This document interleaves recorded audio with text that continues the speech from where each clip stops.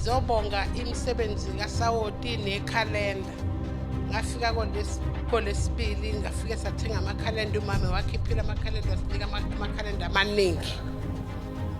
Ikhalenda lingisize enkingeni yegundana ebelingafuni ukuphuma mangabe ngithi ngilibekela iglue livele liphume ngala eceleni igundana ngibeka iglue ngala lihamba ngakhona igundana liphume ngapha eceleni nginele ngafaka ikhalenda lavele igundana lathithiza ekitchen laze la uphuma ngomnyango wangaphandle linomlomo obovani ngathi lirujile ucijile umlomo ogundana ngathi mina igundana enjalo nomlomo ocijile lingakanani licishe libe ngangekati elizelwe.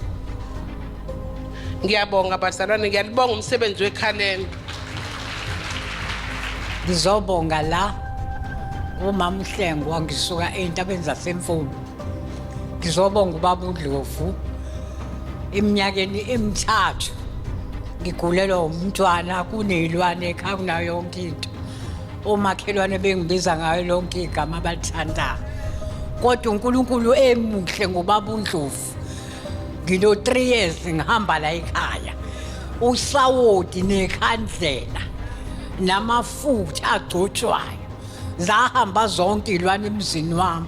Mangihlangana nomakhelwane uvela athi uyayazi imithilo uyathakatha kanti ngime ngoNdlovu kuphela. Ungakhohlwa usawoti nekhallela.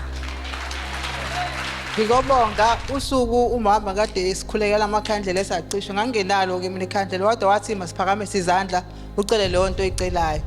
Ngithe kolesithathu kade kusuke kuyisonto ngafonelwa ngithola indawo yokwakhe kade ngangifuna mhlawumbe sengina 20 years ngifuna kodwa sengitholile ngayikhokhela.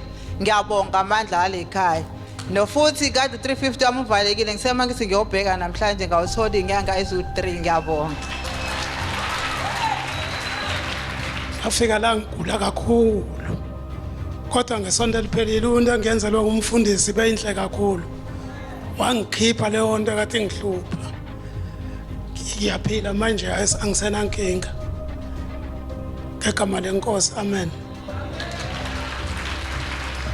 Ngizobonga kakhulu umsebenzi wekhandlela only by ikhandlela la labamdlovu and I just pray kulona uthe besovala then ngayizithola seng-appointwa e-department yase-duty ukuthi ngizoba ithutha uthisha wasesikoleni ongaphansi ongaka-graduate because ngangaka-graduate ngisazo-graduate ngibonga kakhulu ngithi nawe ungakalithenga ikhandlela just pray kulona mhlawumbe nawe uzothola usuku.